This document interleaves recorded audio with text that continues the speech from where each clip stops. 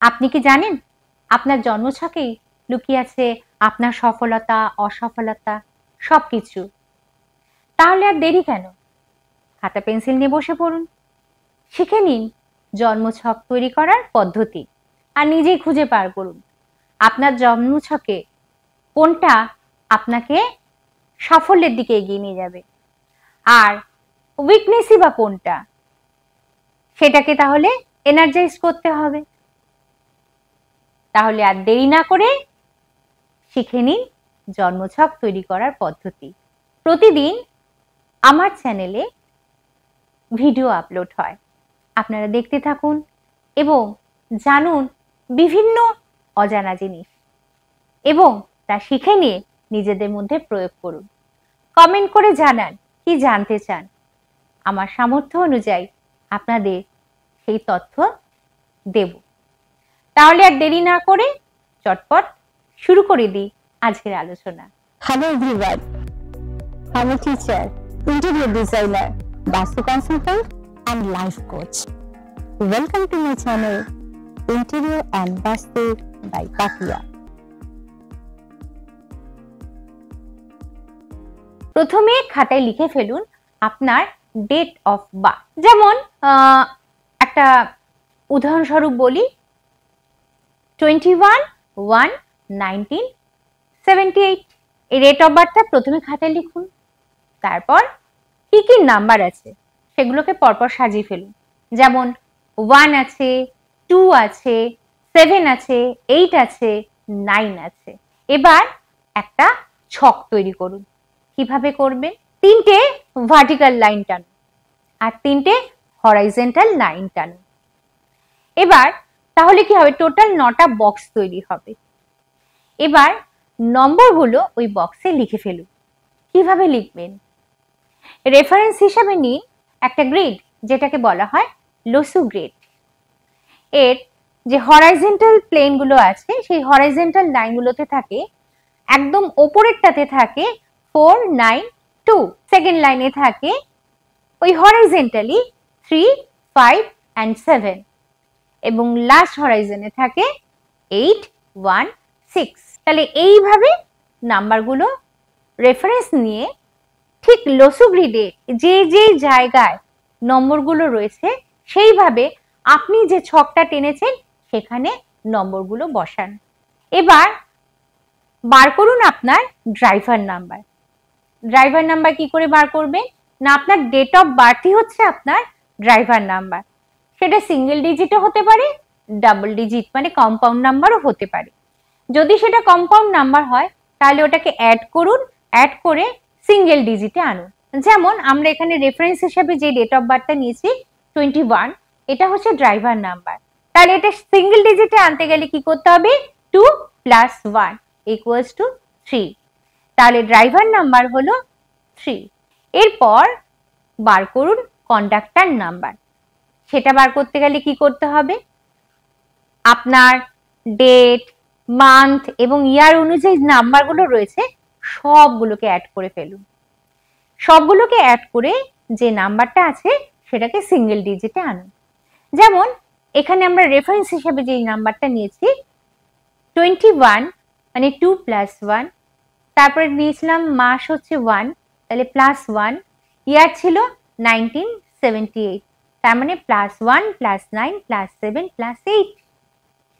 In this way এটাকে total করুন। Total আসবে 29। এবার 2 + 9 it becomes 11। এবার এটাকে আবার সিঙ্গেল ডিজিট করুন, তার মানে হলো 2। তাহলে কন্ডাক্টর নাম্বার হলো 2। এবার একদিক থেকে এই যে রেফারেন্স হিসেবে যে নাম্বারটা আমরা নিয়েছি সে লাকি।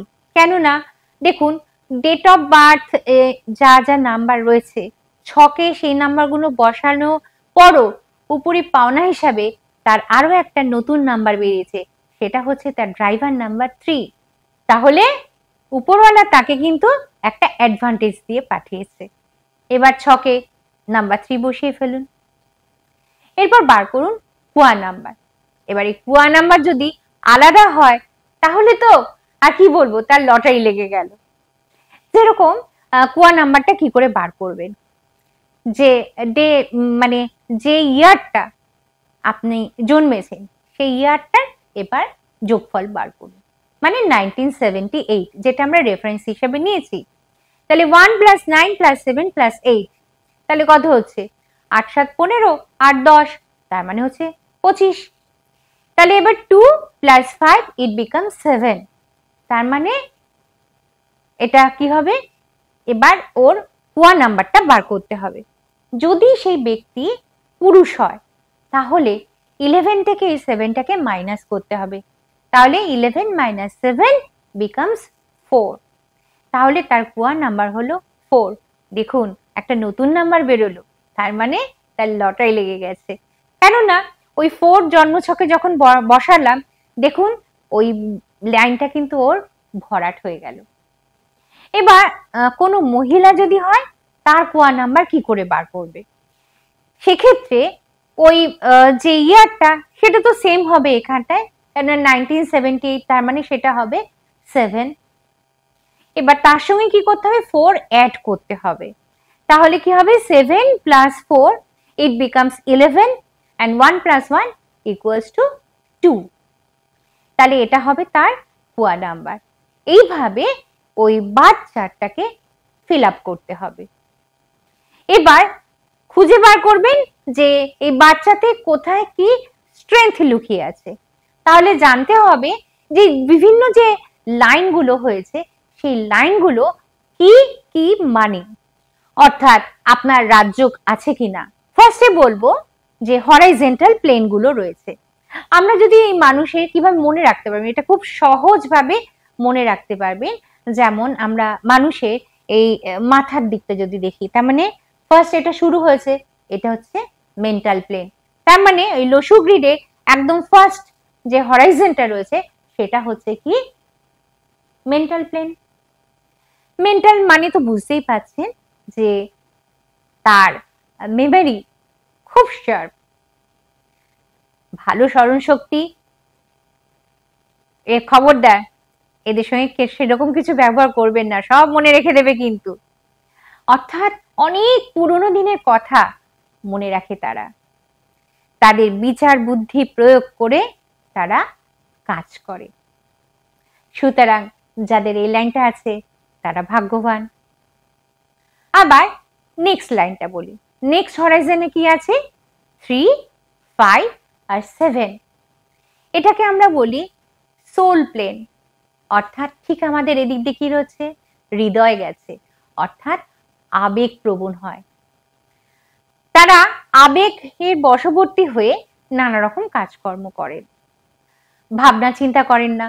কোনো ব্যক্তি ঠকালে দ্বিতীয়বার যদি তাকে ইমোশনালি ব্ল্যাকমেল করে কিছু চায় তো কিন্তু সে আবার সেই ভুলটা করবে। এদেরকে আমরা ইমোশনাল ফুল বলি, অর্থাৎ তার ইমোশনটাকে একটু ব্যালেন্স করে চলতে হবে। এরপর আসবো আমরা থার্ড হরাইজনে, যেটা হচ্ছে 816। এটা কিন্তু একটা কার্মিক নাম্বার, এটা একটা রাজযোগও বলতে পারি। অর্থাৎ যার এই 816 আছে সে জীবনে সাকসেসফুল হবেই। সে কি করবে? এটাকে অ্যাকচুয়ালি আমরা কি বলি? প্র্যাকটিক্যাল প্লেন, অর্থাৎ সে খুব বাস্তববাদী। সে কি করে? পরিকল্পনা করে তার লক্ষ্য স্থির রেখে আস্তে আস্তে ধাপে ধাপে এগিয়ে যায় এবং জীবনে সাকসেসফুল হয়। এবার আসবো ভার্টিক্যাল প্লেন গুলোর। ভার্টিক্যাল প্লেনে যদি আমরা দেখি, ফার্স্টে কি আসছে? 4, 3 and 8।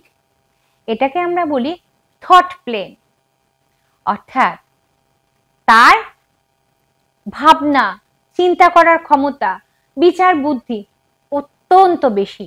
এরা দেখবেন পড়াশোনা মানে ক্লাসে ধরুন পড়াশোনা করছে, খুব সহজেই এরা বুদ্ধিদীপ্ত উত্তর দেয়।